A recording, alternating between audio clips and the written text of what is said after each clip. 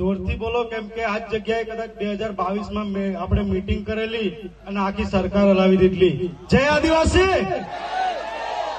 પાર Tapi Narmada river link સમિતિ આયોજિત સાંસ્કૃતિક કાર્યક્રમ.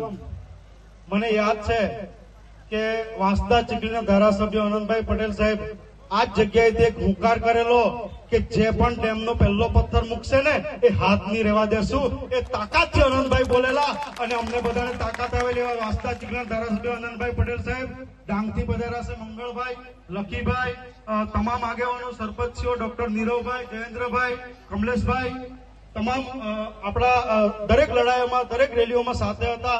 તમામનો આભાર. સાથે જે આયોજન કર્યું આયોજન મિત્રોનો પણ આભાર, કારણ કે આ એક મીટિંગ કરવા માટે, એક સમાજનો કાર્યક્રમ કરવા માટે ઘણા દિવસની મહેનત લાગી જાય છે. જળ જંગલ જમીન કોણ છે? જળ જંગલ જમીન આપણી માં છે ને, માં છે ને. આ નફ્ફટ નાલાયક લોકો આપણા માના ધવળ પર હાથ રાખવાની વાત કરતા હોય તો એ શું કરવાનું? શું કરવાનું? યુવાનોને કેમ શું એ હાથ જડમૂળથી કાપી નાખવાની તાકાત આપણે બધાએ રાખવી પડશે આવનાર સમયમાં. દરેક જગ્યાએ લોકો પાર તાપી રિવર લિંક હોય, ભારતમાલા હોય, નેશનલ સપન હોય કે પછી લેપર્ડ સફારી પાર્ક હોય, આદિવાસીને જળ જંગલ જમીનમાંથી વિસ્થાપિત કરવાની વાત કરે છે. એ લોકો સરકાર એમ સમજીને બેઠી હોય કે અહીંયા કોઈ બોલવા વાળું નથી, પરંતુ આ સરકારને પણ કેમ શું અમે તીર કામઠાને ભાલાને ઝાટકા કઈ કરે શોભા માટે નથી રાખેલા. જે દિવસ અમારા વિસ્તારમાં અમારી પરમિશન વગર આવ્યા ને તો પાડલિયા વાળી અને ખેરગામ વાળી પુનરાવર્તન થતા વાર નહીં લાગશે. એ વાત જાહેર મંચ પરથી કહેવા માટે આવ્યો છું. ઘણા લોકો એમ કહે કે સમાજના નામે રાજનીતિ કરે છે, સમાજના નામે આમ કરે છે. અરે ભાઈ, સમાજના નામે લડતા લડતા 14 થી 15 કેસો થઈ ગયા છે. તે દિવસે સમાજે અમને કોઈએ પૂછ્યું કે તમે કોર્ટમાં જાઓ છો શું કરો છો, આખો દિવસ જાઓ છો શું કરો છો, અને કોર્ટની ફી કોણ આપે છે? આનંદભાઈ આઈપીએસ છે. અમારા ખેરગામના જે પણ કેસો થયા છે ને, આનંદભાઈ આજ દિન સુધી અમને એમ નથી કીધું કે તમે કોર્ટની ફી લાવો. આ તમામ આગેવાનો બેઠા છે, પૂછી લેજો કોઈને. આદિવાસી સમાજ પર હંમેશા અત્યાચાર થતા આવ્યો છે. બહારથી આવેલા લોકો આપણા સમાજને હેરાન કરવાની વાત કરે છે, ધમકીઓ આપે છે. એ લોકોને કહેવા માંગુ છું, ધમકીઓ ધમકી જ રહી છે.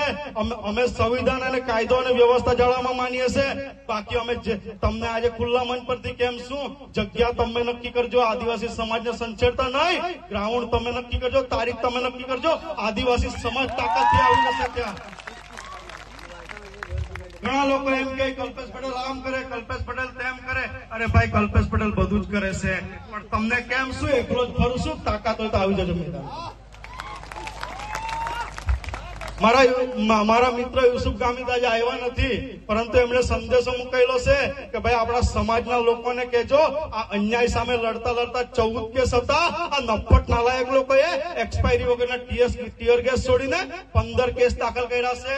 પણ 15 નહીં, 16 થાય તો બી સમાજ સાથે અન્યાય થયો ને તો તાકાતથી બોલીશું અને લડીશું. એ સંદેશો યુસુફ ગામિતે મૂકેલો છે. ઘણા લોકો એમ કહે કે કલ્પેશ પટેલ ખરાબ છે, યુસુફ ગામિત ખરાબ છે, પરંતુ અમે ખરાબ જ છે ભાઈ. આજે જાહેર મંચ પરથી કેમ શું અમે ખરાબ જ છે, પણ સમાજનો જે દિવસે ખરાબ સમય હશે ને તે દિવસે આ ખરાબ લોકો સમાજની સાથે ઉભા રહેશે. જે સારા લોકો છે ને ત્યાં ઉભા બી નહીં રહેશે. એ જાહેર મંચ પરથી કહેવા આવું છે. વાત જયારે જળ જંગલ જમીન બચાવવાની હોય, વાત જયારે સમાજની અસ્તિત્વની લડાઈની હોય, ત્યારે મારે યુવાનોને કહેવું છે, અહીંયા યુવાનો મોટી સંખ્યામાં બેઠા છે, ત્યારે જયારે સિંહ જંગલમાંથી એકલો ફરતો હોય ને ત્યારે કોઈ દિવસ એમ નથી વિચારતો કે ઘેટા બકરાના ટોળામાં એની શું ચર્ચા થાય છે, એને કઈ ફરક નથી પડતો. પણ અન્યાય હોય ને ત્યાં હંમેશા તાકાતથી જાય છે.